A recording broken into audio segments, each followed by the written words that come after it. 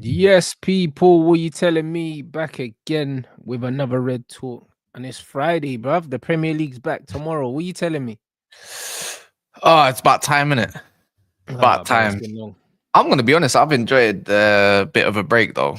Like this international break taking a little bit more easier than the rest of them beforehand, just because it's just 4 straight months of better games. So yeah, man. Yeah, I'm ready for it, man. I'm ready. We've obviously got some good games tomorrow as well. And then we got our game on Sunday. Of course it's at 4:30. Of course. Yeah. We're the one that's under the lights. So Yeah, bro, bro. But you know what? It's like it's a good situation because really, yeah, it's like Man United Ipswich away shouldn't even be a spectacle, you know them ones. But because of everything that's gone on, that all of a sudden that's the game of the weekend now. Like that's the game everyone's looking forward to watching, really. Like no matter who you support, the ops want to see our manager fail. You know them ones. They're interested in seeing what we're doing. We want to see what we're doing. It's all eyes on United, isn't it? Really and truly. Like that's the long and short of it. So I'm looking forward to it, bro. run it up, man. 3-4-3. Let's see it, man. Let's see what it holds, anyways. Obviously, you must have watched the training videos, in it, but that's just one. I want to see what's happening in the second and third. Like They're not going to show us that. They can't show us yeah. that. Do you know what I'm saying? They can't show us that. I even think in that training video they kind of showed too much because it's like I started to pick things up watching it. Do you know what I mean? And I think that they 6-7 minutes ain't really necessary. Like they should have just showed man a little 1 minute clip. Do you know what I'm saying? And kept it moving, bro. So I've seen more than enough to know that we're in safe hands, bro. So Yeah, it kind of makes me wonder who's gonna start, and I think I've got an idea who's gonna start as well. In my opinion, at that. In what positions though? Let the wing backs, one wing back position, not the other one. I think Malas is gonna start left wing back, you know. I think he hasn't played for ages. That's the only reason why he doesn't start. Remember, he played 2 reserve games. I think one was against Huddersfield. What did he play a second one? Yeah, he played a second one. When? I'm pretty sure I said that he played again. He played 2. He played one ages ago, like before, as you know, as the game. I think just before it stopped, and there was another one. I'm pretty sure he played twice. He played 2 games, and they said he was impressive, very impressive in one of them or both. Yeah. He's been quality. He looks so sharp, bro. Like even though he's been away for ages, I might be wrong so though. good on the ball. He doesn't start, bro. He's been out for too long. We need to ease him back in. Yeah. Oh, he's withdrawn from the Ultra. Okay. I thought he played that game. That Ultra game. I thought he played with like all the youngers and that. No, because he's fit. He's fit, but he needs to get match fit. But I don't think the Premier League away to Ipswich is the time to get him match fit. Do you know what I'm saying?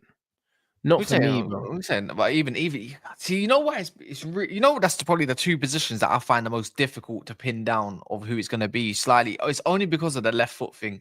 I think. I don't know, man. I think it's probably going to be Dallo and Dallo and Anthony on either side. Do you reckon? Do you reckon he goes both inverted, or do you reckon he goes for? I think he goes both inverted.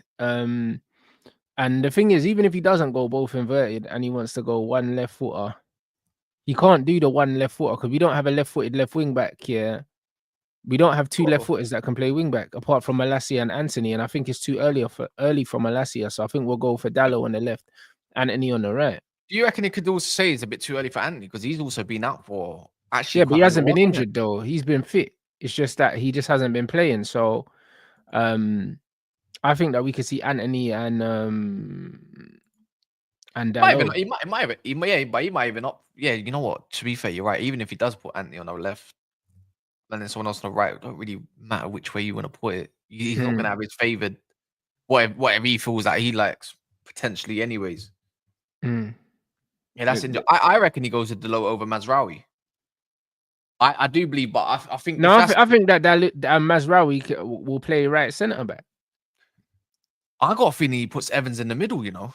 Nah, fuck Johnny Evans, bro. Man, we ain't playing. We can't start Johnny Evans. We cannot start Johnny Evans. Why would we do that? When Mazraoui's got the pace, bro. Johnny Evans ain't starting, man. Johnny Evans was there to make up the numbers, broski. Like, what's his name? Lenny Euro doesn't start because he's been out for so long, and we need to ease him back in. And that's about it, bro. I'll be honest. Like in the Do you know? middle, Rowie to the right of him, Lissandro to the left of him. That's how we should set up. I reckon he might. You know what? I reckon he might go with the low at centre back instead. Yeah, or potentially right centre back, because I was contemplating that myself. I But he just could don't. do that.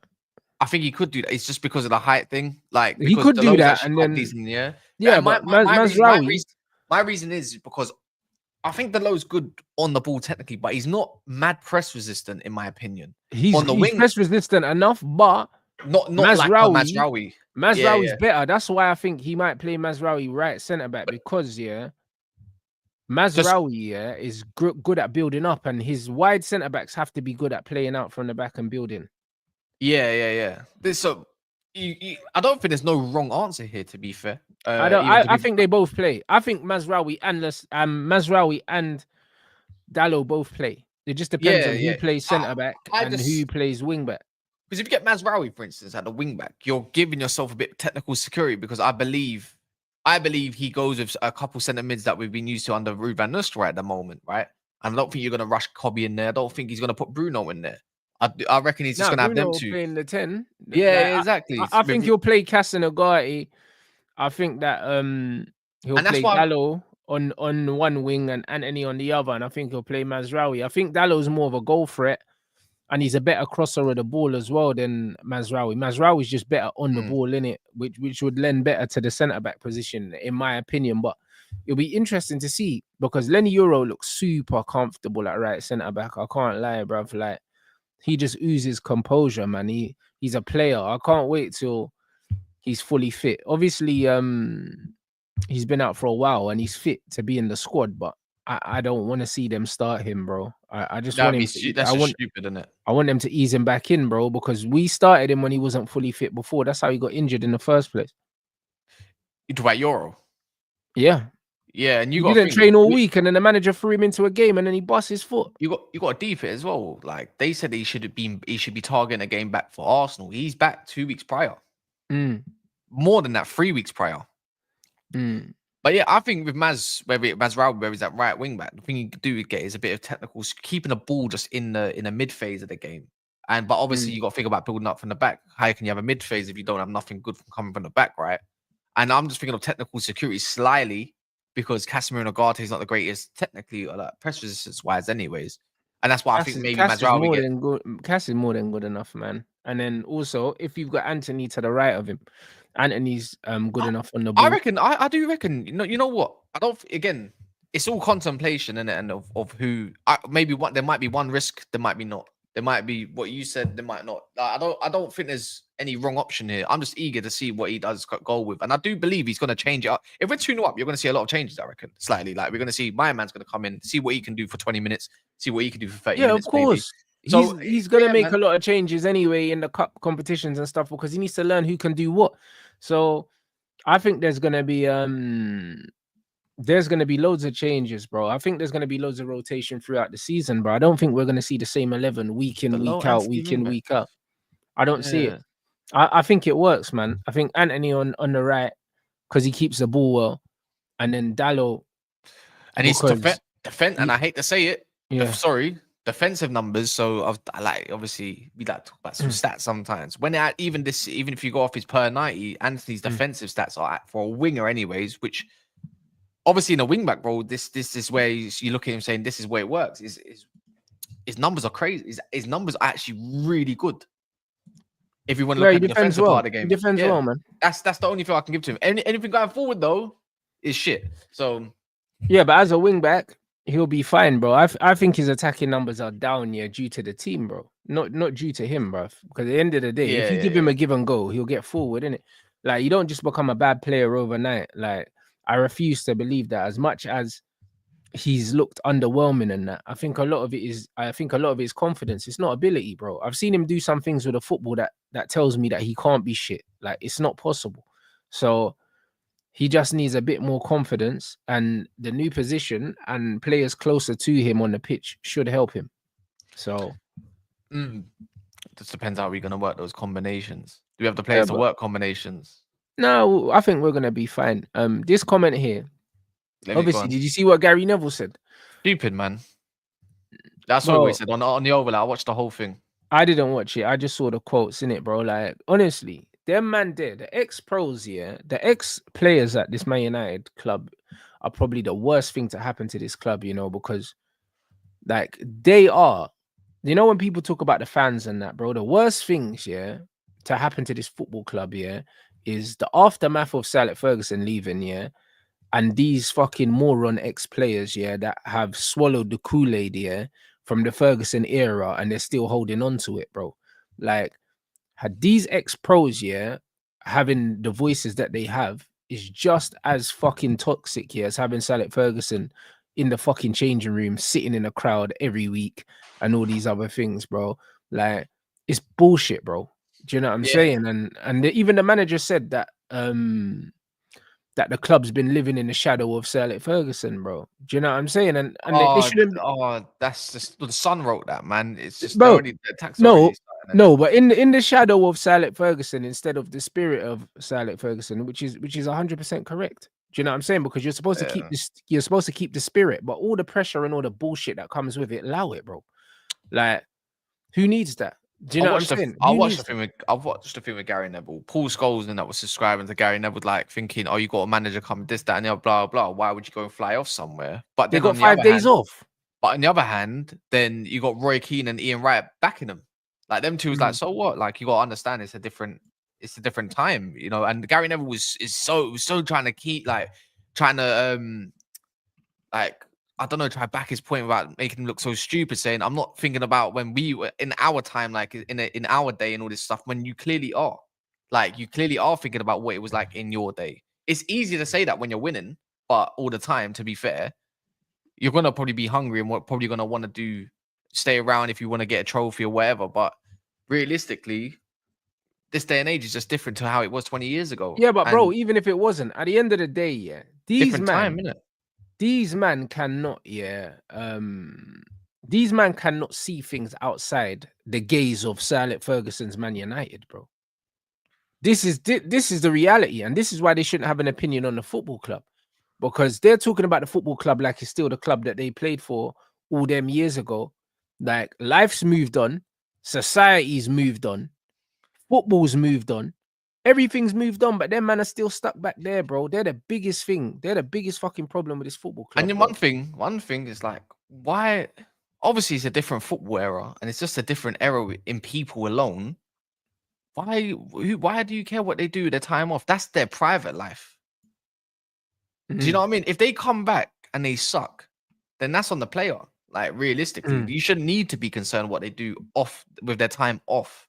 I think it's quite obvious that they have time off. It's not like they're gonna jet off for what. Like obviously in a jet, you can get to America real quick. Where they go, Portland? You know, that's close. That's not Yeah, that far off. but bro, the wickedest Even thing then, is, yeah, just these don't have men a are common. going on like players weren't in the pub, yeah, the day Yeah. before the game, yeah, in their time, bro. They're going on like they lived in the most clean cut sports science era of football, bro.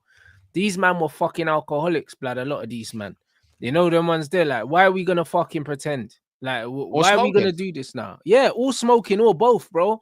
Like, why are we gonna pretend like these man weren't drinking and smoking the majority of them, bro? Like, Mm. this is the reality, bro. So when they're saying that man can't get on an aeroplane, yeah, bro, getting on an aeroplane is like getting in the car to these man, bro. They're multi-millionaires. Trust me. Like, what are we doing here? Do you know what I'm saying? What are we fucking doing here, bro? Like, these man getting on an aeroplane is like us jumping on a train to go somewhere. Yeah, yeah. That's like you jumping on a train to go Manny. You're right. Them You're man right. jumping on an aeroplane to go Same thing. Portland. What's the difference? It could take us how long to get up to even somewhere like Leeds or Scotland, where it's Brother, if by I drive to train. Manny, yeah, and there's traffic, it's It's four just plus 4 and a half. hours. Yeah, yeah, yeah. It's standard. I'm like, if you want to drive to another country, aka Scotland, it's like a 6 hour drive, if that, if maybe Mm. even more. So what's the difference between them getting on a plane on a private jet going over to America? That's gonna take them 6 7 hours. Because I think it's 7 hour by plane to get to New York. So and obviously by private jet, it might be a little bit quicker. But I'm just Mm. saying on them notices, it's like again, why are you commenting on someone's personal life about what they do and what they enjoy just because you was in the gym trying to work hard and all this stuff to maintain so you can keep in favor of the manager? Bro, leave it alone. This is where this is where I see like Rashford, and he ignores certain like people when it comes to after the games and stuff. You know, like reporters and stuff. Yeah. Now, do you blame him now? Yeah, because they chat shit, bro. Because it's always on Rashford, because they mentioned Casemiro, but it's like, okay, but Casemiro's your model professional, so you know, Yeah, according I to know, the but they media, talked about Rashford because Cass has got a yeah. family, so it's different for Cass in their eyes. Because if Cass is away with But his wife and kids, Rashford's got a brother in America. He's also got family over there. I hear that, but if he's in America and then them man they're seeing the jewelry and all that, that's why they're getting onto him, bro. That's You know what his I mean? that's his thing. I know, but that's why they're getting onto him. It's not because he went to America. Let's face it. Do you know what I mean? Like, it's not really that. Because Cass went as well. No one really spoke about Cass being there. Yeah, I just think the target on Rashford is for me. It's just like, yes, he's playing shit. He's not playing his greatest. There's question marks over his future, but I'm pretty sure he knows that, because on the other side of things, how about you know what I didn't like about that is like, how about highlight the training he was doing over in America as well. Like, as much as he was going out, he's training hard. Like, why did you also miss that part? It's like you're only seeing what you want to see, because it's an easy way to have a narration about a certain person.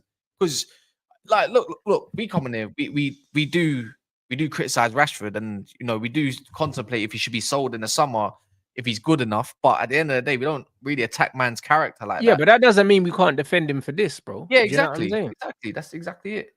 Who said that? At the end of the day, Story could man be just have to faithful, you call know. out. Yeah, bro, listen, man can only call out the hypocrisy when we see it, bro. Do you know what I mean? He gets criticism when he deserves criticism. These were not one of those times. Yeah. These were not one of those times. The club gave him 5 days off, like the manager said. If the players get told they've got 5 days off, what they do in them 5 days is no one's fucking business, bro. This is the reality. Let's call out for it is as well. I agree with that comment, because I was just about to say, if Rashford was white, he doesn't get this. No, of course not. He doesn't. He doesn't. You know what? They're probably talking. They'll probably try to find something to put a positive spin on it. They would have said, "Oh, look, he's on holiday and he's still training." You know what I'm saying? Do you know what I'm saying? So that's what they would have done. Do you know what I'm saying? That's what they would have done, bro. So Rashford's getting the target in now, yeah, because the homegrown tax has worn off, and now he's getting the racism that he probably would have got years ago if he wasn't. See, this is what I mean about this is what I mean about education, even in the higher parts of let's call pundits and stuff like that. They don't realize like this is what I would call subtle racism. It's not even subtle to us, though. I mean, like, they don't realize that your stereo. For me, I think it's a clear target of a certain person, in it, or whether their demographic is whether they're black or they're white or whatever. It's just they don't understand. They don't understand. They just don't understand because they've never been in and around that environment to understand. And it's like you need educating on that part, because 100%. They don't understand that. When like Roy Keane and Wrighty obviously backed it, which is good. But when Neville's doing all these things, do you know what I'm saying? It's dangerous, bro. I'll be honest. People like Gary Neville, yeah, they're the most dangerous ones, bro. Do you know what I'm saying? Because them man push these racist narratives, yeah, ignorantly. They don't do it knowingly. Like, do you know what I'm saying? Like, I wouldn't look at Gary Neville and say he's racist. I don't think he is racist. No, I don't think he's not malicious. But what I'm saying is, subconsciously, yeah, that's the word. He's discriminating against man, yeah, and he's pushing a narrative without actually realizing what he's doing, bro. And that's why. And the damage it can provide online, because you get them idiots that will run along with it, and then all of a sudden next game he has a poor game. This is how dangerous. This is what he's done, yeah. And I'm sorry, like, obviously for people that are not gonna agree afterwards, I'm not sorry for you, to be fair, but it's just like you got to look at it in my version. Rashford goes and has a poor game now against Ipswich. Then they're gonna blame it on that, and then they're gonna blame it on that, and then all of us, and then the prolonged of that situation is in the DMs, because Instagram and whatnot don't do anything about it. Yeah, and then he starts getting abused by these. He starts getting abused, and it's just like, yeah, but bro, this is why. Exactly. When Ten Hag did what he did to Sancho, this is why I was so angry, because you don't come out here and tell man that man's not training properly and all these other things, because there's already your stereotypes around him and around black players and this lazy narrative. They tried to do the lazy narrative for Pogba. They tried it for Martial. They love a lazy narrative when it's a black footballer, bro. Do you know what I'm saying? So it's one of them ones where one man try lie on man's name and say that he's not training well. I didn't like that, bro, because all the abuse that came after it, bro, that was on the manager. Yeah. Do you know what I'm saying? And this is the problem, bro. This is the fucking problem with these narratives, bro. It's bullshit. So this narrative getting pushed with Rashford at the moment. The fact is, he's a black guy, jewelry on. So now they're trying to make it out like he's not professional. Certain man in the comments saying, "Oh yeah, he wants to be a rapper and that." Bro, listen, he just wants to wear jewelry because he can afford it, bro. It's the If same. you could afford it, you'd probably wear it as well. But you're not a millionaire. Hold And that. it's the same thing. Even it's not even just United's part. It's like, look, we all make jokes when it comes to Chelsea, but all of a sudden, Madueke gets labelled. He's trying to be Mandem or Mandem this, Mandem that, and it's just like, bro, you know what you're doing. You know exactly what you're doing, and you know what narrative that's gonna cause as well. And that's what I'll call, even if you don't realize it, these accounts online is, I'll call it what you said was the correct word. To be fair, not just subtle racism, but it's subconscious racism, and you don't even realize. Because do you know what I mean? Because now you're attacking him thinking he's trying to be a roadman. I'm thinking like, why is he trying to be a roadman? That was a white guy. Let's say Mudrik, who's got mad tats up his shit, probably talks a certain Ukrainian slang, but you don't know. That might be a guy that could have been around roadman. How do you know that? That's not UK ones. This is what I mean. It's stupid. It's Actually anyway. it's more than stupid. Can't call man them and call him a roadman at the same time. Like, come on, yeah, man. but bro, end of the Stupid. day, it's dumb, innit? As far as I'm concerned, yeah, it's like you have to think of the ramifications, yeah, of what you say, blood. Do you know what I mean? And ultimately, yeah, like it's a privilege, yeah, not having to think about the fucking ramifications of shit you say. That it's a privilege. As a black man, every time I say something, I have to think in my head, how's this gonna come across? How's this gonna look? Because I'm aware of how society views me. Do you know what I mean? A lot of white men don't need to do that. They say whatever the fuck they want to say, bro. Because they don't need to worry. This is the reality. So when man talk about unconscious bias and all these things, Gary Neville can say dumb shit like that about Rashford and them, man. Because he doesn't have to always subconsciously fucking check himself and say, yo, Or think about what consequences can come back his way. Well, exactly. That's like, called privilege. Should I say that? That's what the privilege is, bro. So when I see these privileged men, yeah, talking on shit that they don't know about, it's crazy to me, bro. He can go wherever the fuck he wants to go, bro. I'm glad Roy Keane defended him, man. You So, know that bruv, I'm glad as well. I'm Roy so Keane, glad. A real one, man. Even in some right, days I've when got Roy some... Keane's not giving a fuck, yeah, pays off, and that was one of them days. Yeah, man. Do you know what I'm saying? Roy Keane's like, fuck this. Do you know what I'm saying? And like the thing is, they're gonna see Rashi with the jewelry and all that. Gary Neville said, I remember he saw the segment when he said, obviously he grew up how he grew up, and then he said that I think he said he wanted was it a Bentley or a Rolls Royce or something when he retired or something. And he said he drove around in it for a week and then he got rid of it because he was like, fuck that, I can't do this. I'm a right back. And it's like, cool, you're not a drippy guy, yeah. You ain't got swag, blood. Yeah, just say you like that's your thing, innit? Drive around, you get me? Drive around in your Skoda, bro. That's fine, innit? But like, don't look at Rashi, yeah, because Rashi's different and be like, this ain't cool. Because that's mad to me. Because the fact that Rashford was training, yeah, was training when he was on holiday, yeah. Anything that you were pissed about should go out the window now. Yep. Oh, by the way, people don't know this. And I didn't know this until last week. So all the Sky Sports people and all the other media, they actually scan these sorts of channels, especially Rants is a huge content creator, so his one would pop up more than less. They scan all of these sorts of media. Let's call ourselves media online on YouTube and so forth. They're looking at this, they're listening. So whatever you say in the comments, they're also reading. So this can go back to Gary Neville and the rest of them. And of course they're doing these things. There you go. Of course, so hopefully, of course, but that's why certain men don't get invited to places. So hopefully they understand. Hopefully you lot that are going to be watching this back and wondering like what you're talking about. Hopefully this is a little bit of a lesson. And it's not. And you know what? We haven't even been harsh about it. We've been actually quite constructive with it. That's about, bro. Be better next time. Is the bottom line is, yeah, he's privileged enough to not think about the ramifications of the shit that he says. You know, like that. And that's all it comes down to it. Marcus Rashford is gonna get abuse here, just for the fact that Gary Neville's highlighted it. This is the society we live in. Yeah. Whether you like it or not. Because if Gary Neville comes out here, because a lot of these fucking pea-brain fucking top reds, yeah, they don't have a mind of their own. So whatever Gary Neville says, they're gonna jump on it. This is the reality. If Gary Neville comes out and said, "Oh, there's no problem, he's training out there," do you know what I mean? Good on him. and Roy Keane and them man say it, bro. We're not hearing nothing. The outrage is coming from the fact that he's incited it, whether he fucking likes it or not, bro. This is a society we live in. One thing I could say about Neville, he's the type to say and put his hands up and say he's wrong in it. So yeah, you know he needs to put his hands up soon now, because just say like I was wrong. Like look what Ruben Amorim, he just made him look like in 2 seconds of saying one sentence made him look like a total idiot. A total idiot. And also, I would like to say that he was training as well because he was working hard during his time. Even though he's not just chilling, he's working. And again, he can work as much as he wants, but we want to see it on the pitch at the end of the day. So don't use that as an excuse. So but that's what I'm saying, bro. He can work as hard as he wants, yeah. Like it's time to deliver. Yeah, standard.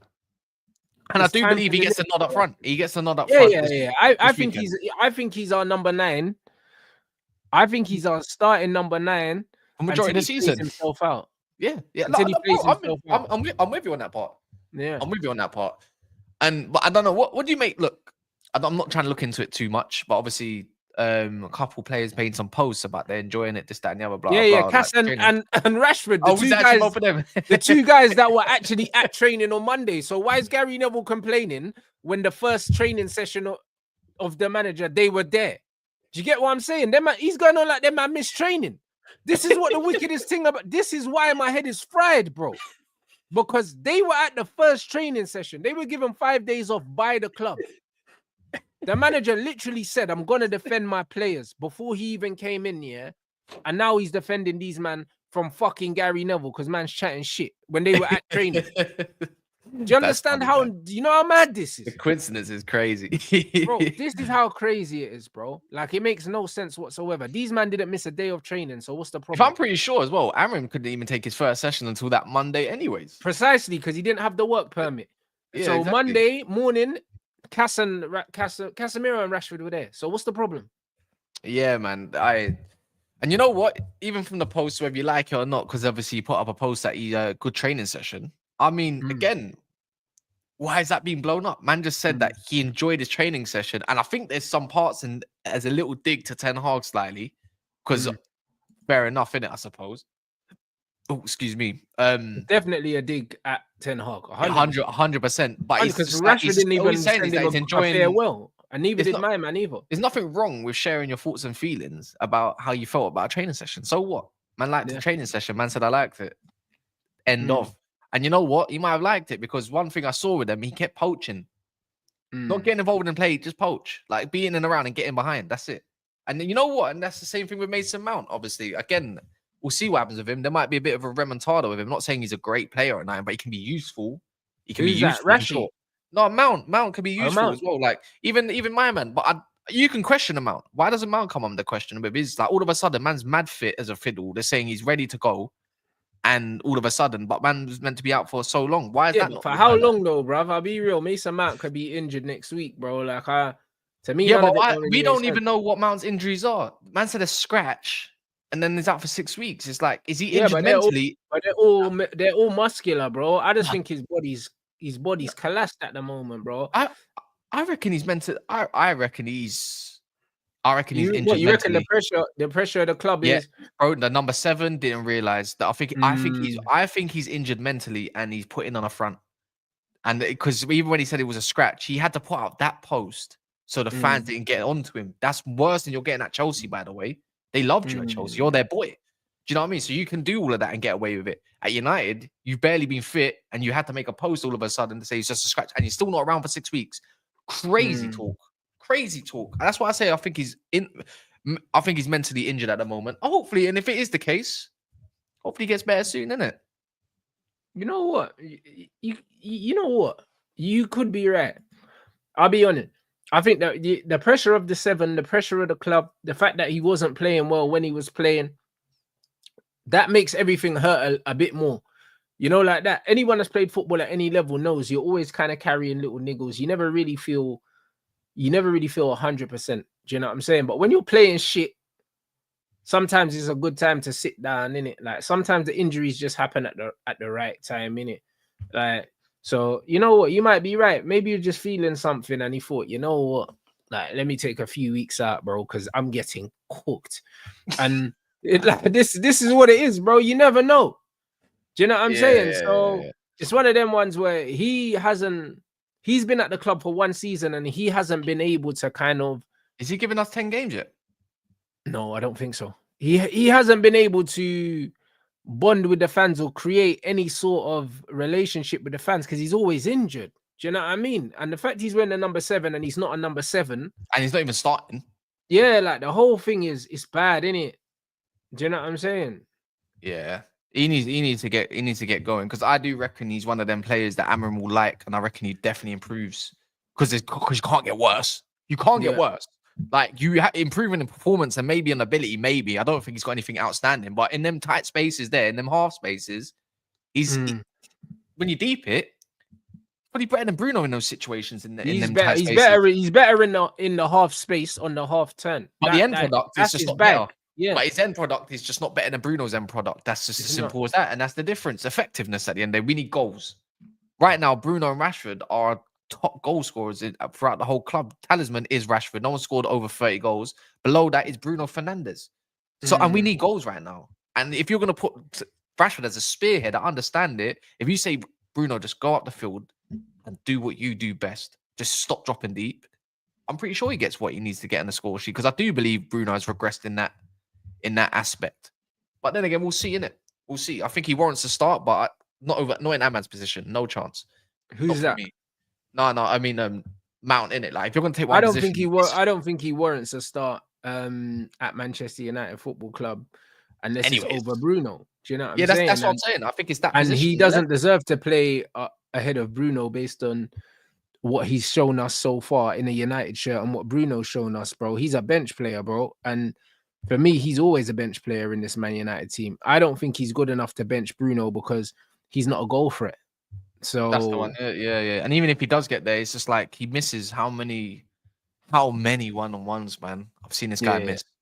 Yeah, he's not a goal threat, bro. So to me, he's a squad player. He's in a similar situation to Nkunku at Chelsea at the moment, where it's like, regardless of how you're playing, you're not better than the players ahead of you.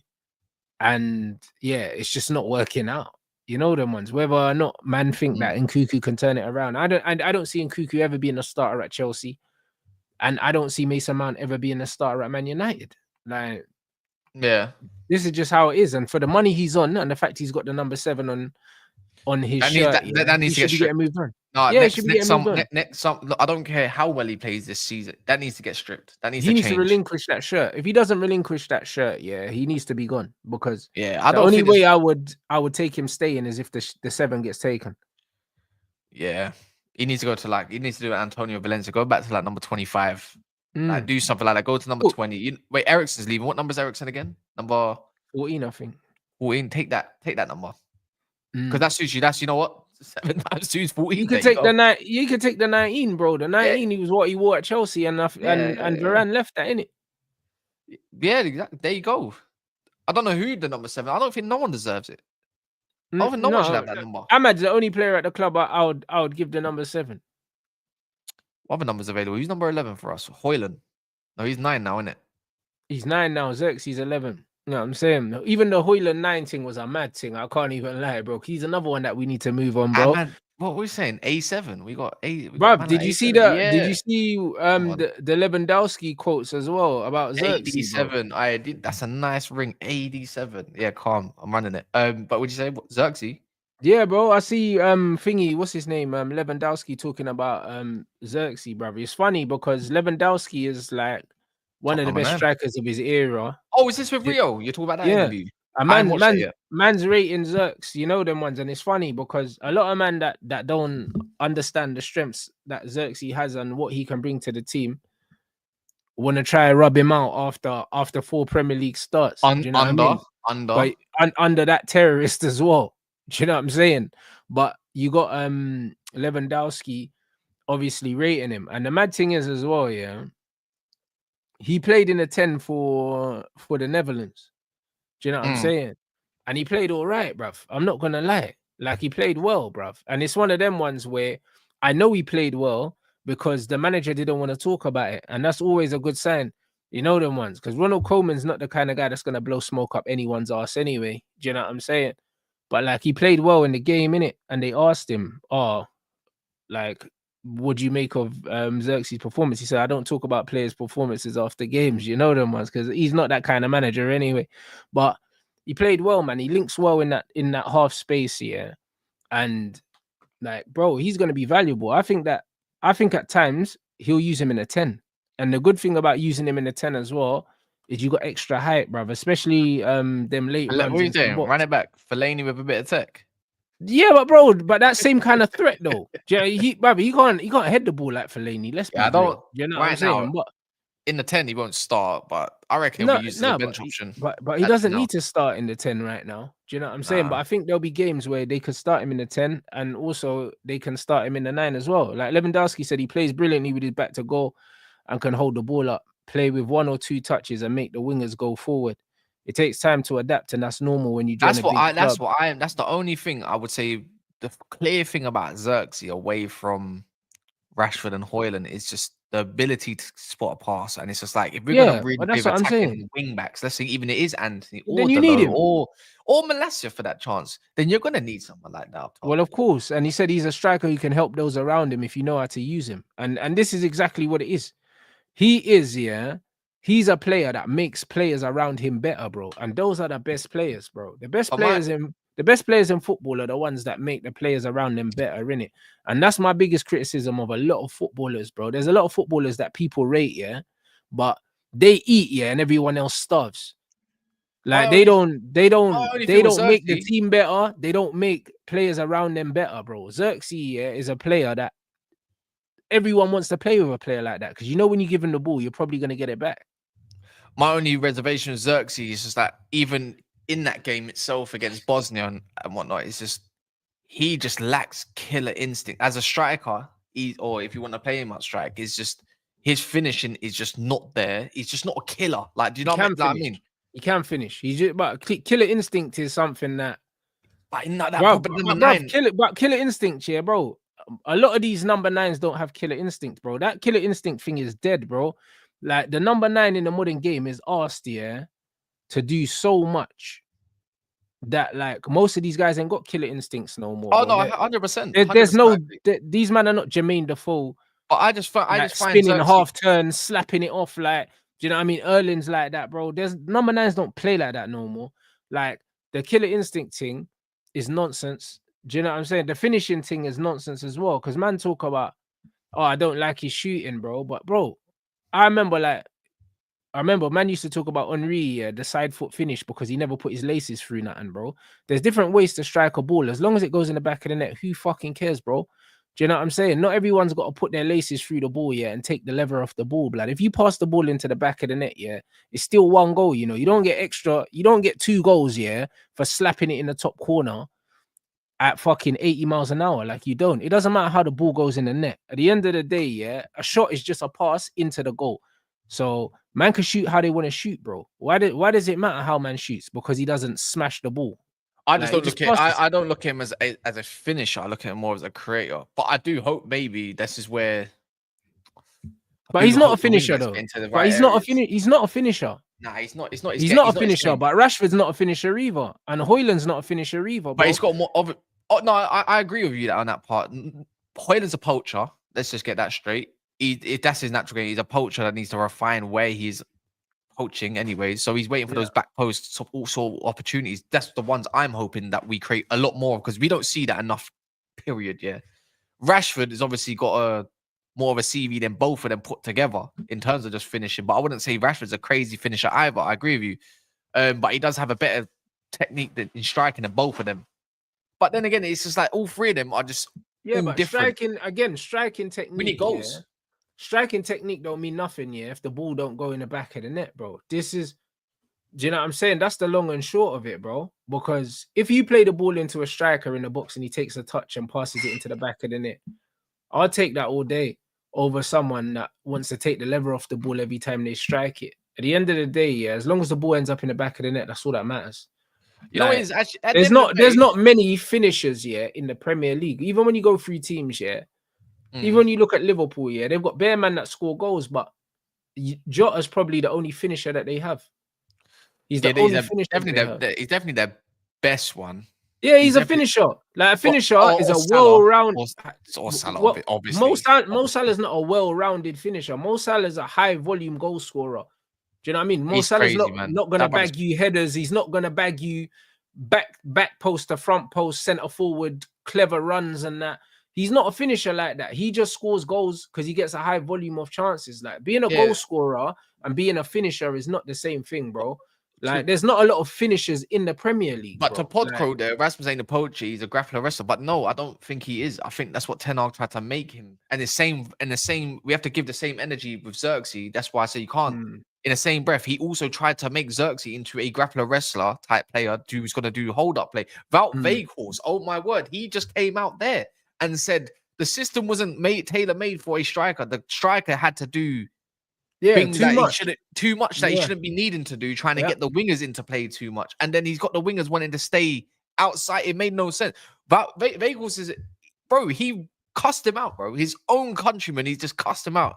And do you know what I mean? Because I think Vegas wanted to stay. That's quite clear. He loved it, man. But I wouldn't say he wasn't good enough for us. Let's be real. Even if he was doing a madness, he wasn't good enough for us. He was, but he was trying to make him a 10, kind of like how he tried to make Rasmus a hold up man. As much as I understand, look, Rasmus ain't got the best touch in the world. His link up is, anyways, it's very questionable. Bro, Weghorst is a better footballer than Rasmus. This is the reality. Like I had no problem with Weghorst. I actually liked having him at United because he cooked at Arsenal. But have you read it? I haven't read it, bro. But you know what it is? I like having an old school number 9. I like having an old school number 9, yeah, at my club, innit? And Weghorst, yeah, I was a fan of what he brought to the team, bro. Sometimes with vehicles, with some of his paper foot shots were funny, man. Like literally paper foot settings, but he was effective, I suppose, in a way. Man said I blame Ten Hag for souring my United dream. It was never about me. It's true though. It's true, and they're doing the same thing to Zirkzee, blood. Right now, you can even say it could be doing with vehicles. Nah, bro. Nah. His link up was crazy though. His link up was sick. Bruv, he was the foil, blood. Bro, I said I was also very important for the team as both the focal point and the hard-working link between the midfield and attack. He's right. Only my goals were lagging behind. He said that gnawed at me and was the reason why I lost my starting place. The Premier League is by far the toughest league in the world with the best defenders, but we are really the dominant side creating chances. And the way we played was also different from what I was used to. In Germany and Turkey, the teams always played for me. I was the end of the line. While at United, mainly, I had to ensure that others could excel. I think I managed that very well. But whichever way you look at it, I would have liked to score more often. Bro, it's facts, bro. But this is what I'm saying. Bro. And the system killed him, bro. He's a poacher. He's a poacher. That's if you go look at a lot of Weghorst's goals, he's at the back end of the post, tapping them in, man. He could Lord Bentner settings, like he's there. And he's got a good record. Go look at his records. Even now, these man, yeah, when Weghorst was at Man United, he was not the problem. But man wanted to scapegoat Weghorst, just like they scapegoated Martial, just like they're scapegoating fucking Zirkzee right now, bro. At the end of the day, this team can't play football, bro. End of story. So he did miss a couple but so what, bro? What player doesn't? What player doesn't though? But this is what I say about the volume of chance created. Erling misses sitters all the time. No one can't tell me that he doesn't. Do you know what I'm saying? Salah misses sitters. All these men miss sitters, bro. Do you know what I mean? Jackson misses sitter after sitter after sitter and still can get 15 goals, bro. Don't tell me about man missing sitters, bro. Strikers miss sitters all the fucking time. The problem is, you're not creating enough for him. He's supposed to be able to throw chances away and still bag 20 goals. This is Man United. This is Man United, bro. We don't create enough chances, bro. And a lot of the man talking on this thing, they're not in a position to talk about it because they don't have a fucking clue, blood, about the dynamics of football, blood. On average, strikers need about 4 chances to score a goal. So unless your name's Ollie Watkins, you need about 10. Yeah, but on average, do you know what I'm saying? So average is some players it might be slightly less, some players it might be slightly more. But on average, a man needs 4 chances. Man United weren't creating 4 chances in a whole game. But this is why. This is why. Supposed to do with that? This is why when it comes to, I know others are not in favor of Hojlund right now, and whatnot. And I'm not saying he's going to be great. I'm not saying he's going to be the next best thing. Is to say, let's wait and see what we can create as a team for the striker, and then judge him through that, and Zirkzee and Rashford, because they're all going to get used as that 9. Do you know what I'm saying? I think it is a time to say they're all clean going to play slate. that 9 completely different, and this is what I'm excited And about. we'll see. Yeah, exactly, bro. And because that's they're completely different. Yeah, exactly. So this whole wrestler Hojlund type thing, even Rude tried to make him like that, a little touch, just a little bit of a, you know, as the focal point, realistically, to even bring in players. Even against West Ham with Ten Hag, you can see he's in areas that Hojlund shouldn't be in. Same with Zirkzee. Like, don't get me wrong, we saw the best cameo of Zirkzee, not Bar, but since Fulham, obviously. Was also he played well against Southampton as well, bro. Oh yeah, I forgot, but that was our best attacking trio in bruv, he balled out against Southampton, brother. The keeper made a really good save from him. This is why I say, as much as it hasn't convinced us, and I'll say right now, I'm at fault for that, because I have cussed out a few of them a little bit, like being criticizing them. But at this point, Rasmus, like, I think we should get off his back a little bit. Zirkzee, stop writing him off. Nah, bro, listen, Rasmus don't even look good, yeah, for his national team, bro. He's unsavable. The thing is, yeah, if I see a man look good in another shirt, I can blame United. I can't blame United for Rasmus, bro, because he's not doing basic things, bro. The difference between Zirkzee and Rasmus for me is that Zirkzee's got basic fundamentals that I know that I can work with, bruv. I know, yeah, that the only thing that will hold Zirkzee back here is confidence. That's it. I know, if he's confident, yeah, he's unreal, blood. Like, even if Rasmus is confident, he's still terrible at football, blood. So, it, like, do you know what I'm saying? Like, you can't bridge the gap between not having ability and having ability, bro. I'll always back someone with ability than someone that doesn't. And that's why I'll be more patient with a player like Anthony, yeah, than I will with a Zirkzee, yeah, or a fucking, even a Garnacho, because at least Anthony can control the football if you play it to him, bro. Bro, how many times you pass Garnacho the ball and it bounces off him and goes a mile away, or he trips over it? I hear it. That never happens to Anthony, bro. Who was it against? Who was it? I think it might have, no, was it Leicester? I can't remember who it was against, yeah, but there was times where he takes too long. But for me, it's like, if anyone's actually watched Denmark as well at the same time, you know that Denmark as a team and a collective has also not played well for quite a few months, to be fair. Since, who did they beat? They beat, I think, was it Serbia? I think Rasmus might have even scored in that game. But then, like, even Denmark's team as a collective has been poor.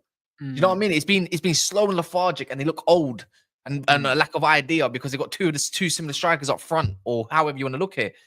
Look, I understand with the Rasmus part, but at the end of the day, he's a kid still. And don't get me wrong, if you're good enough, you play regardless, innit? Yeah, but to me, 21's not a kid, bro. Confidence. I think it's a confidence thing at the moment for a lot of our players, and this is why I said I hear the fundamentals part of it, because it's true.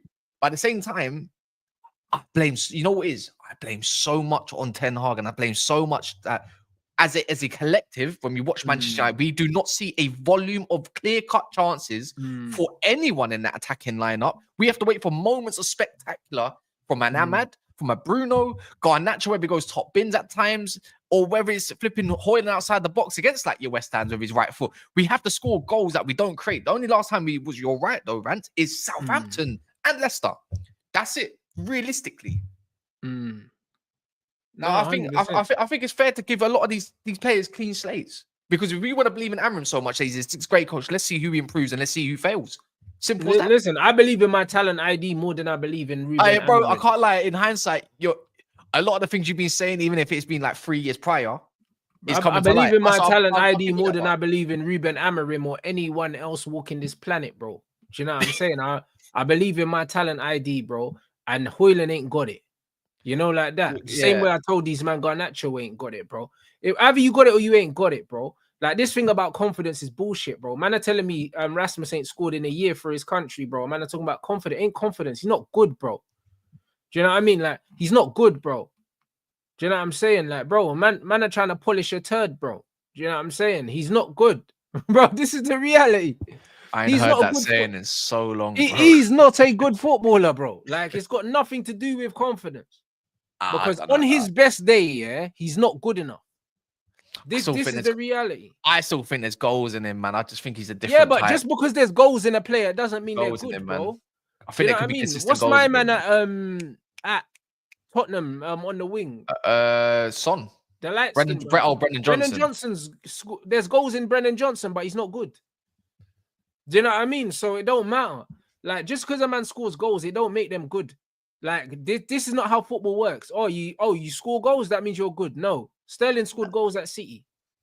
And now he's doing that bench at Arsenal, bro. Like, scoring goals don't mean you're a good player, bro. A lot of the time, scoring goals is as a result of the system that you're put in, bro. You have to deliver more than just scoring goals, bruv. Do you know what I mean? At the end of the day, yeah, the reason why a lot of men like Gyökeres is not just because he's scoring goals, it's because of his movement off the ball, how he links, how he runs the channels. It's not just the fact that he's getting goals, bro. It depends how you want to view. It depends how anyone It's wants the to view truth, football. though. It's the truth, though. I think we could. I think there's both relevance in both opinions. I'm not gonna say you're wrong. Like, But goals alone, yeah, goals alone ain't enough, bro. Because man need to ask how you got them goals. If you're gonna cater for a system, if you're number 9, if you score goals, to be honest, I don't give a. Especially a striker, I don't care what else you do. If you're not good, it's long. It's long. Yeah, as long as your striker scoring goals for now. Right now, we need goals, and obviously, he ain't got a proven track record. I don't care who scores the goals, Cass. You know why? Because the team still wins. You don't get extra points or bonus points if your 9 gets the goals. Who gives a fuck? You know what I'm saying? Who cares who scores, bro? France won a whole World Cup and their striker didn't score 1 goal. Yeah, it's Giroud, yeah. Well, there you go. So who cares, bruv? But Giroud was the focal point for that team, bro. He was vital, bruv. And he didn't score. Man can't tell me that, your striker has to score. Shut up, man. No, they don't, bruv. Do you know what I'm saying? It would be nice if they scored, but if they're doing everything else and facilitating the goals for other people, I don't care if my striker got 20 assists and no goals in the season. I'm not dropping him. But I'm gonna subscribe to the Rasmus Defense League for now, man. I'll die on this hill for this, brother. For now, anyways. And when I'm wrong, or if I'm not wrong, we'll be here regardless every week. We'll be doing the scouting because we're on a Friday, innit? So we can definitely talk about the previous week. So I actually, to be fair, the Thursday, perfect show, first one. Yeah, I'm gonna just show belief in him. Whether you feel like in the comments feel like it's deluded or not, and obviously I'm not gonna lie, I do like football, innit? Like I do like footballers. Fundamentals are very, very important, innit? But there's just something I just see in Rasmus where I think he can just be unearthed into something good for us. All of Rasmus's qualities are off the ball, and that's not good enough. Do you know what I'm saying? Like, what are we doing? Like, he's like the striker equivalent to like a Conor Gallagher or something. He just runs around. That's crazy. Get off the stream now. Your own. That's crazy. He just runs around. That's not. What does he do? That's not nice. It's the truth. It's the truth, bro. He just runs around, bro. Like he's got no technical qualities. You're not making this easy. This stream is. Anyways, man, this ain't about Hojlund right now, man. Let's talk about Ipswich on Saturday. Bro, he's not good, bro. Do you know what I mean? Man are looking at Delap and then man there. Delap's better than him, bro. And Delap, he's cold. He's cold right now. Delap is an old school striker, gunman and that, yeah. And then man are telling me about Hojlund and that, bro. Allow it. Like Rasmus ain't good, bro. Like really, when I see Rasmus dying like this, it's like we might as well be playing Cheeto. We might as well be playing Cheeto and him getting experience because he's a better footballer than Rasmus. Like Rasmus ain't got basic football abilities, bro. I've not watched Cheeto personally. I don't know. He might as well be Ethan Wheatley, blood. Like 72 million. He might as well be Wheatley that's playing. Anyways, let's. Because bro, man want to do up GA and all that, bro. Rasmus ain't got no assists this season. Nah, he needs to do better. He needs to do better. Even I've been annoyed at him this season. I've actually last few games. He's actually pissed me off. So, like, bro, not only is he's not getting GA, yeah, he's not getting G or A, blood, and then on top of that, he's not even connecting either, bro. What is he? He's got 2 goals this season, right? But we need number 9s that can fit definitely. Well, I'm not saying he's going to be it, but just to this comment. It's a difference in system. Everything's spearheaded to the attack who gets the goals because this is the way the system. Well, from what we've known, anyways, is that the attacker the number 9 has to be getting goals. But at the same time, of course, he does more than just score. In Gyökeres, everything's catered to spearhead for the number 9, realistically. So yes, and no, because the thing is, if you look at the way the manager sets up, the goals don't necessarily have to come from the number 9. It depends on the runs that the number 9 has to make, because the 2 wide 10s and also the wing backs, yeah, they're gonna be breaking past the striker a lot of the time, so they're gonna get a lot of the goals, bro. That front 5, innit? If you count the 2 10s and the wing back as the front 5, innit? Because when they build up, it is a 5 because the wing backs get really high up. Technically, yeah. It's a 5. Actually, Any one of them 5s are gonna score. Sometimes you might even see a 6 because one of the centre mids do go up the field Exactly. as well. One of the centre mids do go, and if it's Kobe, he'll be the one that goes as well, but he'll go with caution. Do you know what I'm saying? But that front 5, anyone in that front 5 can score, and it depends on who the 9 is. Because if Zirkzee's the 9, then players are gonna run beyond him. If Hojlund's the 9, they won't run beyond him because he can't hold it. If Rashford's the 9, they won't really run beyond him because he can't hold it. So it's going to be a different dynamic. It's going to be more of a trying to slide passes through to the 9 dynamic if it's Rashford or Hojlund. And if it's Zirkzee, it'll be more play into the pivot, lay it off, and the ball will move a bit more in it. So it really depends, man. Do you know what I'm saying? But man, it's crazy, bro. I hope Hojlund gets a brace, man. Hope Hojlund gets a brace. This man's got 2 goals in all comps. And he's pretty much started more than he hasn't started. That's what. And no assists. Oh, we're just gonna have to wait and see, man. We'll see what the lineup's saying on Sunday as well. So the brother's got less GA than Zirkzee, yeah. That's shit, and don't play. How do you see the Ipswich game playing out? By the way, like I said, I reckon it's going to be a lot tighter than people would. I don't think so, blood. I think we're just going to be running on fumes, blood. Fumes? Like, we're just going to be running on fumes, blood. Euphoria, blood. I just think we're going to get an early goal, and man are going to lose our heads and that, bro, and it put like 3-0 or something. It's going to be one of them games. I just think that the gas is going to carry us through that game. I think it's just pure gas, bro. Has Ipswich Town been peppered this season yet? Yeah. Have they been peppered? Like, is there any notable games other than maybe Brentford scoring 4 against them? But have they been peppered at their gaff yet? Like, has anyone gone there and said, "Yeah, I'm gonna slap you up this season"? Because I don't think they have. I don't think no one has yet. I don't think so. Portland Road, like for me, it's just the way Kieran McKenna sets them up is very organized. I'm not saying we can't get past them, but I don't know if we. I reckon it's going to be a lot getting used to it at AMORIM'S. So I reckon the first half is going to be. I reckon the first half is going to be dog shit. I hope not. I don't think so. I reckon it will be surprised. I think we might get surprised by them. Man said Villa beat them 3-1, but they beat Liverpool. I don't think so. You know what it is, yeah? They play. Who's this? Who? Ipswich. They don't play like a newly promoted team. They do take risks. Do you know what I'm saying? They do press high.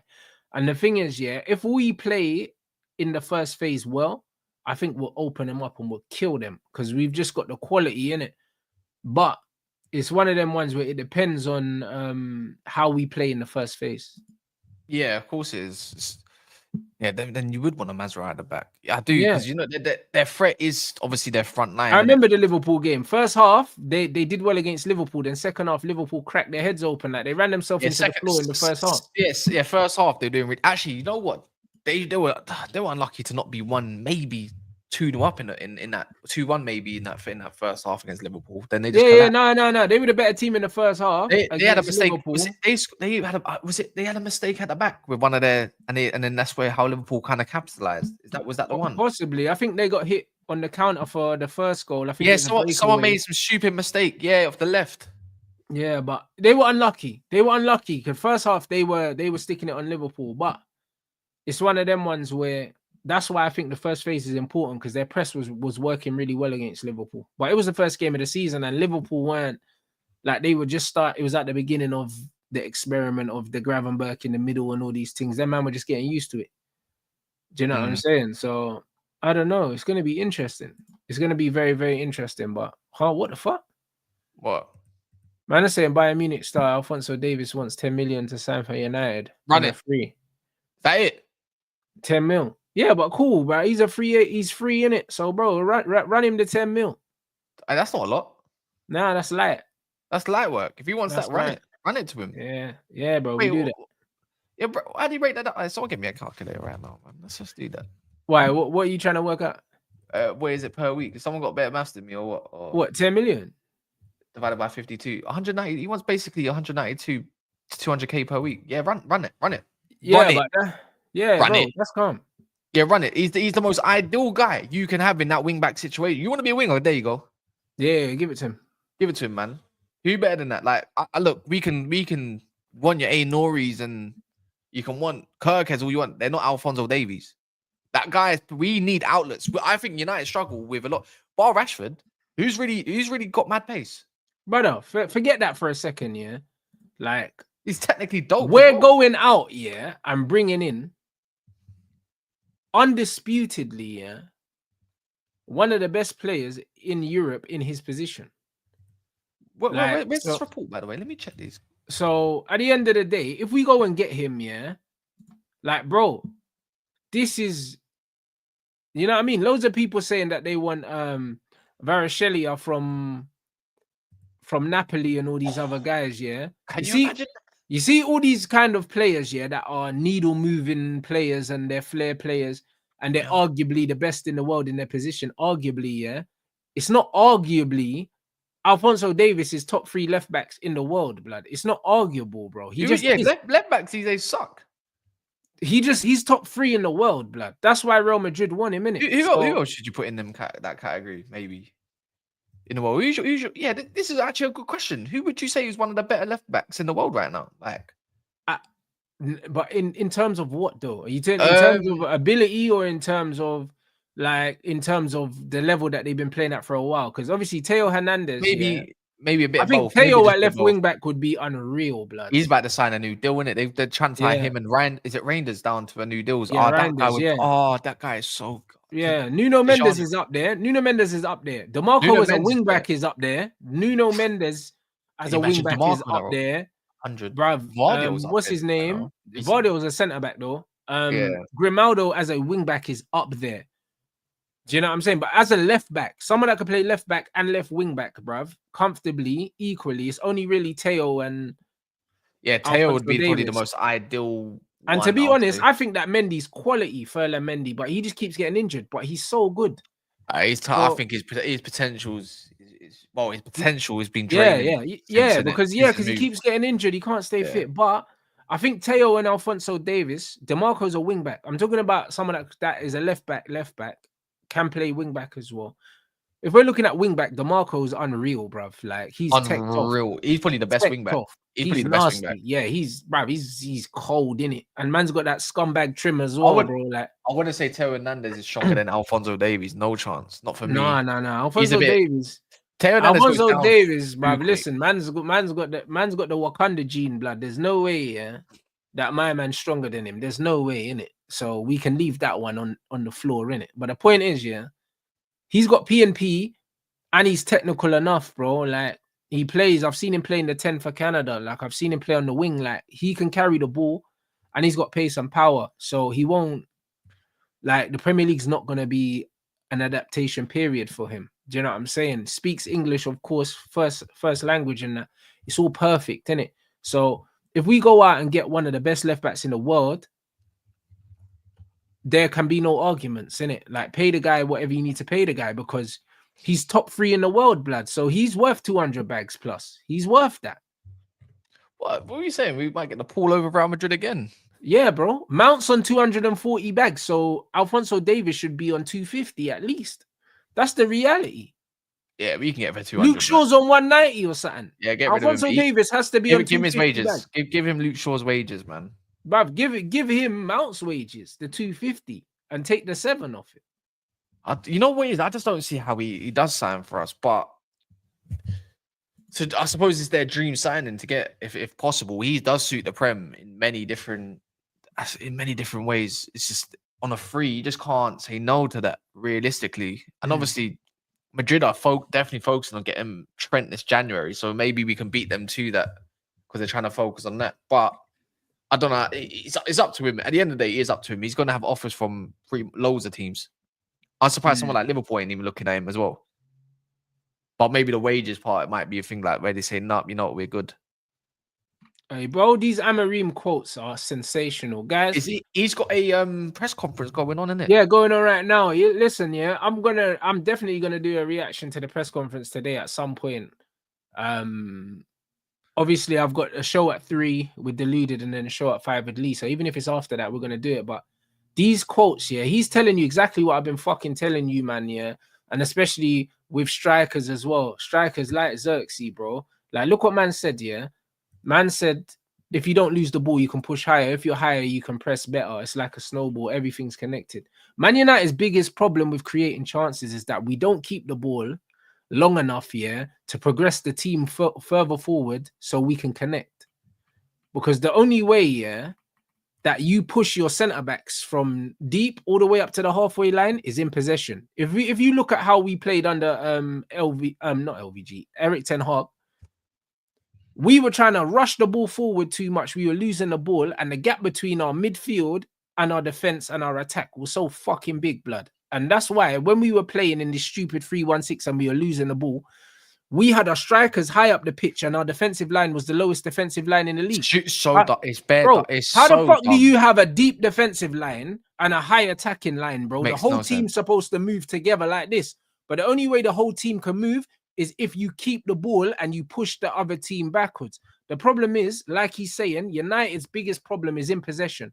They can't keep the ball long enough to push the team up the pitch. So it's a snowball effect. The strikers get starved of the ball. You can't combine. You can't do all of these things, bro. And this is it. Exactly. Every time the ball goes into the strikers, the ball comes straight back. Precisely. Because there's no one for them to combine with. And this is why we need to learn how to build up and move the whole team up. And then once we move the whole team up, this is where you can play the ball into a striker, then you can pop it off to someone and you can start moving the ball around. When you see Man City with a team camped in and they're passing the ball around the box, yeah, bro, their centre-backs are nearly on the edge of the box, bro. That's what pressure looks like and sustaining. We don't sustain pressure as a team, and this is why we can't really get into situations to create real chances, bro. United have been scumbagging goals for the last 2 years. Long shots, quick, shitty transition things, set piece things, and that. We're not manufacturing real high quality chances because on the ball we're poor. And the manager's telling you this. The manager. It's not the players. The system is not. The system that we had was not set up to possession football, because you can't play possession football with a single pivot in the build-up. That don't even make sense. No good manager builds up in a single pivot. Not one. Find them. Do you know what I mean? You look at Mota, De Zerbi, all these man, they don't build up in a single pivot. None of them. None of them. Do you know what I mean? A lot of them man build up with a box midfield, and they build up with 2 here and 2 here, bro, in the spine, bro. That Ten Hag way of playing and give it back. And all we did is give it back to someone like a Nana, and he tries to ping it to the wing backs, and it's like, it's too slow.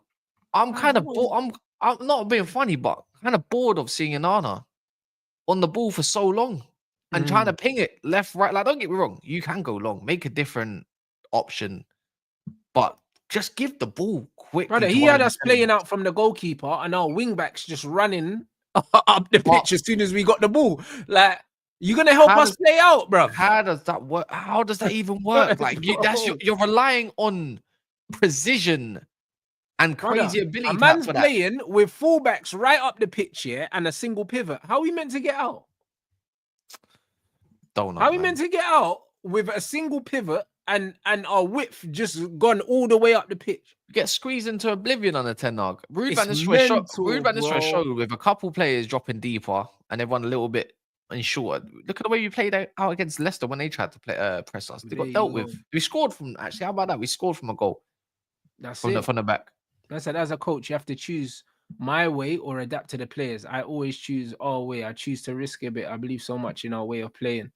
That's it, bro. Fuck adapting to the players. They need to adapt to me, bro. This is the energy. This is the energy. Not this, we can't play the Ajax way. We ain't got Ajax players. We got an Ajax backline, bro. It's a mad thing. Now, how the fuck we got Dilip Mazraoui, yeah? We got Dilip Mazraoui, fucking Onana, bruv. And Lissandro. Man said we can't play Ajax football. That's Ajax, bruv. Why can't we play out? We're gonna be buying Munich FC soon. Don't worry Yeah, about that. trust, When bro. we Listen, get go get Davies, Alphonso Davies as well, blood. Do you know another what one I'm we can take saying? from there. No one else will be And linked with. Musiala as well, but he'll sign a new deal. He'll sign a new deal, bro. Do you know what I'm saying? But bro, like man could go cop Musiala as well. Mm. This is the maddest thing, bro. Know what I'm saying? Like we don't. I was thinking the other day, what players was I thinking? We need. I think we're gonna get Jared Brantford anyway. I think we're gonna get Chris Well Rigg done. from Sunderland. I think we're gonna get that Naipan U anyway. These young G's, but out of the players, I think we need I think we get Brantford, and I think I would have loved someone like Reinders, but bruv, we need to get Baleba from Brighton, yeah. And Can we you need imagine? to and we need to get Angel back. I I think swear down. I think if you can get two players like Angel Gomez and Alphonso Davies on a free, Bruv, if we get Alphonso Davies, that yeah, sorts out a lot already. Brantford, Baleba, yeah, and fucking Angel Gomez, we're set, bro. But That's who's what gonna, we just one last part is I think we need to look at. I was saying that we focus on the left wing back part, but realistically, we also need to look at on the right. When you really, the right is gonna be there's gonna be Anthony for now, blood. You know, but I mean, next season it might not be because there's there's no, rumors but they might want to get that Quenda you in it. Do you know how much money they're asking for him? Apparently, well, I don't know how much. They're not gonna ask for loads. He's 17, blood. They'll take a little 40 mil, blood. You reckon that's nailed on? Another young buck. Yeah, it's a young G thing, bro. I'll be honest, it's a club signing. You know, bro. Tottenham paid 40 mil for Archie Gray, innit? Yeah. And he's a young G as well, blood. The young G's are 40 mil now, bro.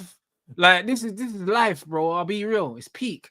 But I don't know. Where I'm looking at it right now, like still Angel plays in the 10, the 8.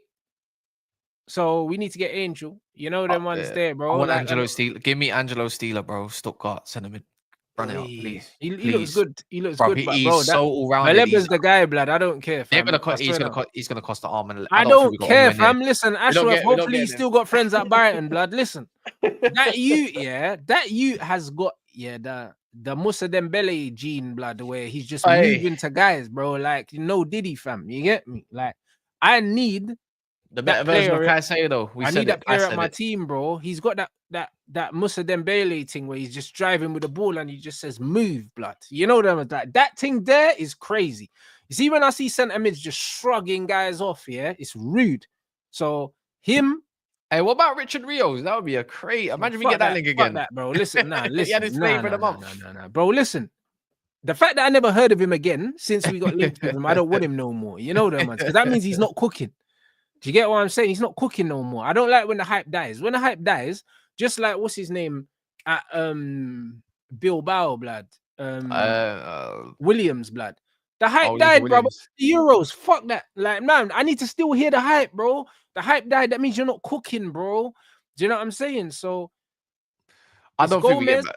Baleba, like Brantford and Alphonso Davies, blood. Call it a day, mate. That's a solid 4 signings and that. We're good, fam. And then, bro, a new signing is gonna be fucking Tyrell Malacia, bro. That's a new signing, bro. I don't see. What about one? We need a striker as well, bro. We're not. No, we don't. We got 3 strikers. Unless we're gonna sell fucking Osmus, yeah, bro. Like I say, we keep the 3 strikers, bro. I'll be honest. Like I have faith that the system is gonna get us goals. I think, honestly, we're gonna score a lot of goals between now and the end of the season, and all the striker chat is people are gonna stop doing it, bro. Like fans are fickle, bro. I'll be honest. How many goals have we scored now so far this season? 13, I think. Fuck me, bro. Bro, we need like 50 more goals, yeah. We need more than that. We need more than that. No, but we need 50, yeah. 12. Hey, bro. We need 50 odd goals, yeah. We need 60 goals. Ten Hag never got 60 goals, yeah, at Man United. How many games have we got left? Let's do the maths quickly, bruv. Like another 20, another 26, 27. All right, so 26. We need to score 2 goals per game, 50 goals, blood. We need 2 goals per game. Yeah, we need 1.9 goals a game. We need a could do 5-0 that. slapping. Say no more. Nah, bro. No, Ten Hag. No, we need more than what Ten Hag got, yeah? So we need 2 goals a game to the end of the season. I think we can do that. I think we can get 50 goals between now and the end of the season. Because some teams are going to get 3s and 4s. I think we can do that. But I think we can do 50 goals. Realistic signings, we're not getting Belabor, man. They're not getting. But he's the kind of player that we need, bruv. Like, bro, he's at Brighton, so he's for sale, bro. He's the one that we gotta tap up for the following season. You know, when you want to complete the team. I know, but then who? Yeah, but then in the I think we can still build. I think we can. I think there's bare centre mids out there. Right now, there's a lot of centre mids out there that I really like that are cheap as well, innit? And people are gonna keep saying, "Oh, Angel's free, blood." Edison, that guy will cook in the system. Cook differently. He would. I'm gonna say his name again. Reinders is the guy, though. Still, Reinders bro. is the guy. He's the guy, bro. Like, I'll say another name, Manu Kone. And now he's getting his call-ups. Now he's getting his flowers again. Are you insane? Now, if you want to talk about a Moussa Dembele regen in terms of dribbling, yeah, go watch this guy now. Go watch this guy right now. This guy is dribbling is an insane. His work rate's insane. Driving the ball insane. The guy is cheap. Yeah, but what's cheap, blood? Because when Man United come true, man, 15 million cheap. 1.5. That's how much it is. 1.5. Are you sure? So basically, he was meant to get sold in the summer, with AC Milan. I believe it was AC Milan. Yeah, why didn't he go to AC Milan? He broke down. A sign happened with AC Milan because he couldn't sell someone or something like that. And then he went on loan to Roma. Is that correct? He went on loan. Yeah, he's at Roma now. Yeah, bro. 15 million. And bro, oh my goodness. 15 million, yeah. He is sick. Bruv, you know what? He's got the build though. You know what I'm saying? He's cracked. He's got that Wakanda build, innit? Like, you know when man got that long limbs and that, like, and just bare strength and that African strength, blood, for no reason. He's just cracked. Another 2 names, Palacios by Leverkusen. That guy is due a move. Yeah, I'm good, bro. Like, bruv, listen, Palacios, that name haunts me, blood. You know them since Wilson and them man there, blood. Like, but that guy's really good. And if you're gonna talk about you know what it is, sometimes we got to talk of centre mids that are used to playing in a 2-man midfield as well, rather than ones that have been in a 3-man midfield. A bit like, you know, like Varane. He couldn't play in a 4-4-2. The guy was too good. No, but he could play in a 4-4-2, but he couldn't play with Keane and Scholes. One of them needed to get dropped. I reckon he needed a 3-man midfield kind of a run. I reckon, anyways. He was that. I just think he needed to be the first phase player, and I think he couldn't play with Keane. I reckon we should still look at some 3-4-3 man in it, and like Steeler, he plays in more of a pivot, I would say. So you can't really say that. Unknown kind of speculative. Edison's, and then obviously Palacios. That Kone, is a shout though. If he's 15 million, 15 million, no joke. That's all they were asking. 17 million they were asking for last season, summer. But listen, I don't mind, bro. We need some Wakanda genes, in the dressing room, bro. Because I remember back in the day when we was Mandem United and then we died, blood. Remember, we had Lukaku, we had Pogba, we had Martial, Rashford, Ashley Young. We had bare Mandem in the team, blood. I remember. What year was that? When all the Mandem was there, bro. 18, and Jesse 18. Lingard and that. A man was just dancing and that, 18, bro. The 18, team was 19. Black off, Eric Bailly, and now the team's all dead again, bro. There's no flavor in the team. You know, like that. Like, man. It is another name, like he's Algerian, isn't it? But he plays for the French team. That I'm just saying in that Ahmad spot. Work rate suspect, attitude suspect. I know where you're going. Rayan Shirky. They're asking for Rayan Shirky. He's I'll give them man 100 million for that. I'll give them 100 million, and I'll tell him you don't need to train, blood. I just want to see him play on Saturday. I swear. He's like that adult rap guy. He's just come play. I'll tell this brother, listen, if you want to smoke shisha at training, you can smoke shisha. You can do whatever you want. Bro, that's the kind of player that if I have at my team, I'm telling everyone, bro. Yeah, like Ryan don't train Fridays and that. Man, I'll see you on Saturday and the coach. Bro, it's fine. Bro, you see it's like that, bro. You let them do what they want, bruv. I'll be real. Just let them do what they want, bro. Man, just win you the game, cuz. I swear they're asking for minimal money. That's another one that's going for cheap. Yeah, because they're going down in it. Like they're going down in it unless they get the bread, fam. Do you know what I mean? This guy is a worldie, blood. Like it's one of them ones, bruv. Let him do what he wants. Yeah, bring him. Them do where the I don't fuck know. he wants.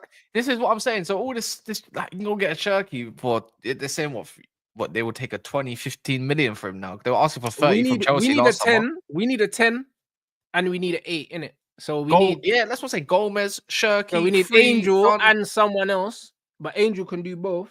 And then man, go and get me an Edison, man. Left-footed as well, man. Perfect. You know what? Amorim likes these left-footers and all that. Run it. That would be good balance. Great balance. Great balance. Engine, athleticism. I mean, Shirky ain't got that, but all he needs to do is cut inside and top bins. It's wrapped. He's rapping. Both feet rapping it, bro. Oh my days. Left or right forward. Crazy. Yeah, it's nuts. Yeah, the vision. You're seeing it. Oh, that's just, bro. That's a dream player. We're never getting him. We'll probably end up at Chelsea with all the rest of our ballers, lad. And they might keep Anthony's because no one wants to come in for him. They might say, you know what, Ahmad, you might need to play wing back so we can play with Shirky inside. Imagine that. Cracked. Yeah, man. Quenda, sit on the bench. No, I hear it, bro. Like, bro, I think we're gonna cook in it long term. I think even when I see rig that they're looking at, that what's it, Nipan or whatever, Nipan or whatever. I don't want Richie, man. Guy's slow, man. Who? No, the Richie guy. I think he's a cold prospect for Torino. Oh no, I ain't seen no links for him. I'm talking about the Sunderland youth. Oh, he's slow, bro. The brother's slow, man. Nah, yeah, we're not talking about the same baller. I'm talking about the fucking the Sunderland youth. I've never really watched Chris the Rigg. Youth.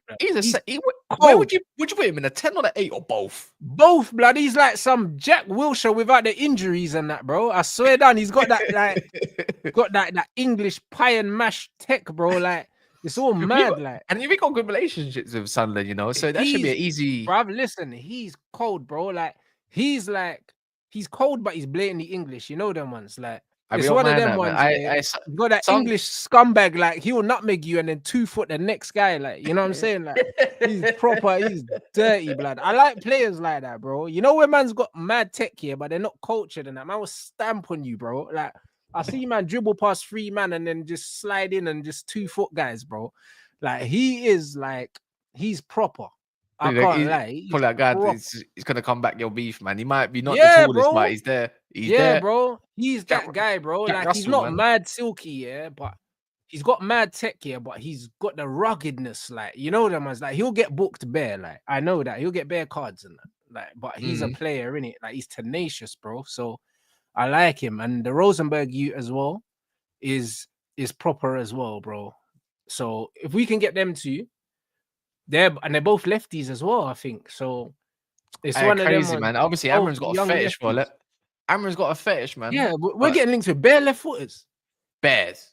Them two, the Quenda Utes left footed as well. We're getting linked with bare left footed. Randfade's left footed. Yeah, as well. Actually, he's both footed. Let's be real. Yeah, but he's a lefty as well. He's crazy. He's crazy both footed. He's crazy. But even then, I'm pretty sure Quenda's crazy both footed as well. Yeah, he can go down the outside and he can invert. And Alphonso Davies, another lefty as well. Yeah, Naipan's also. Yeah, Naipan's. He glides both feet. I only noticed that because I started watching some compilations. I'm not gonna act like I've gone in here. Watch Rosenberg. You don't need to, bro. You can watch comps to see what players' strengths are on the ball. The stuff that you won't see in comps are the off the ball stuff. Yeah. Do you know what I'm saying? But off the ball stuff ain't that important to me. Do you know what I mean? I can tell if a man can run just by their physique, blood. If man's out of shape, they can't run. You can tell if someone's good playing football just by the way they pass the ball, their body position. Like, do you know what I mean? Like I just remember me and Mons would go and do like a warm up for obviously the charity game, and you see someone else jump on, they pass the ball, and they're like, I'm just thinking, I can just tell you're not good. You're not good. That's dead, innit? Where's the little like not even like a shoulder drop back and then part, like, do you know what I mean? You can see man said overlooking the ball and then passing like you're about to scream like you got a Gerrard shot coming up. Like what are you doing? Yeah, no, I hear it. Yeah. I hear it, man. So you can tell, but the thing is with comps, that's all it will tell you. It will tell you what ability man's got, and that's it. Body position. That's how I always knew Harry Maguire's passing was super overrated in terms of how he turned his body and passed the ball. Crazy. Doesn't even know how to. His weight of pass is crap. In terms of short passing. Long passing maybe, but it's not good. No, but even the long passing, it gets there, but Do you know what I mean? Like it takes too long, bro. He puts too much backspin on the long passes. You know, he loves them diags and the ball's in the air for like 2 hours. It's like, bro, loud it. I would say the same for Gerrard, but some man will try to get onto me in it. But no one's actually hear that conversation and see a little couple Champions League comps with Gerrard spraying the ball, bro. and man don't even know how to take the ball down correctly. Like, because that's not a conversation for another day. Hey, bro, listen, like the Gerrard slander needs a whole hour, so we can't do this. We can't do this right now. Yeah, I mean, we can't do this right now. I'm just saying, he's not Scholes, isn't he? Talk about it. He's not Scholes, blood. That's all it is. You know what I mean? That's all it is. Like we saw when my man dropped into that double pivot, he was giving away Premier League titles and that, bro. So it just is what it is, isn't it? Like we don't really need to get into that, but yeah, man. Nah, man. It's exciting times, bro. The manager, from the quotes I've seen of the presser, crazy. The first thing I think I'm reading it now. I've got it here right now as well. Knowledge and we can see the data. Yeah, nah, he's proper, man. He's proper manager, bro. We're definitely gonna react to that shit, man. You know, how long is the presser, guys? Because I'm sure it's uploaded. You're not allowed to play the video, are you? I'm gonna do it on Twitch, so there's no copyright. Okay, yeah. So I'm gonna do it over there. Is it true that you can play like a couple seconds of clips and then stop, and they can't copyright because they can't clock it? It depends, bro, because if there's a watermark, because certain watermarks get flagged up straight away, no matter what in it. So it depends. So as long as there's no watermark on the no watermark on the screen, you might be able to get away with like 10 seconds or something like that. But you have to be mad strategic. That's why I just do it on Twitch, because I don't have to worry about there's no copyright. All right, calm. You know what I'm saying? So yeah, man. Big up everyone inside. Make sure we get these lights up. The lights are down, man. We're only on 450. We need 600. We've got 1200 in here at the moment. Show with Deluded in 10 minutes. So literally, I'm gonna redirect to that. You know what I mean? We're gonna talk about Arsenal season. You know what I mean? It's my favorite part of the day when we get to do that. So yeah, that's gonna be fucking hilarious. And then at 5 o'clock we have Rants and Gunner. So we got 3 shows today, and then probably after that show at some point I'll react to the presser, man, because tomorrow we got 3 watch alongs. So yeah, can't even do it tomorrow because I ain't got time. So yeah, man, what you got coming up, my bro? Well, I'm gonna do it like a little preview for Ipswich Town, who I think is gonna start. I've kind of changed my mind slightly, but I've already done a graphic, so we're gonna run with that one. We're gonna change my name from Sir Cascliffe on Twitter to Ruben Casarim, and so we're gonna run that out too. Does anyone have Blue Sky on? Do you have Blue Sky yet? That the new Twitter, the old Twitter, basically. Nah, what the fuck's that, bro? It's basically, you know, the old Twitter heads that obviously Elon Musk bought Twitter and just ruined it. Yeah. It's that. Yeah, pretty much it's that, and then so what? You can go back to the old one. So I think the old lot that made Twitter back obviously before him, just when I made another one, and it's exactly the same. You know what? Let me obviously little shameless little plug. Let me just slap it into this chat. Hold on a minute. Don't even lie to me, bro. I swear new Twitter's dead, bro. I swear they keep showing shit that, and I don't follow them. I don't even see people I follow. So football Twitter, football clubs and all that, all switching over there because of new, like, people don't understand, like, in between the lines, like, you know, they can, like, X is trying to use certain images and stuff like that, yada yada yada. There's no bots on there, nothing. Okay. Is it there? Did it jump on the? I tried to. Then she gotta be a mod or something. Where is it? I don't know. Yeah, I ain't got that. But I'm trying to post it in here. There you go. That's my one. But you can just go and check it out. It's exactly like the old Twitter, bro. And there's no bots. There's no porn comment trying to run up on your Twitter, even though you said I'm not interested in this ad. You know, you ain't got these bots trying to promote their OnlyFans and all that crap. Get booted out, mate. Okay. It's exactly the same. Oh, say less. All right. Sick. I didn't know that. Yeah. All right, man. Nah, big up everyone inside. Let's get these lights up. Make sure you subscribe to Cassie's channel as well. The link He's in the title, man. And yeah, we got we got Footy Talk with Deluded Gooner in 7 minutes, people. Do you know what I mean? So if you need to grab a drink or whatever, grab some food, do what you need to do. You know what I'm saying? And man's gonna see you guys back here. Make sure we get these lights up, people. And yeah, we go again in a sec.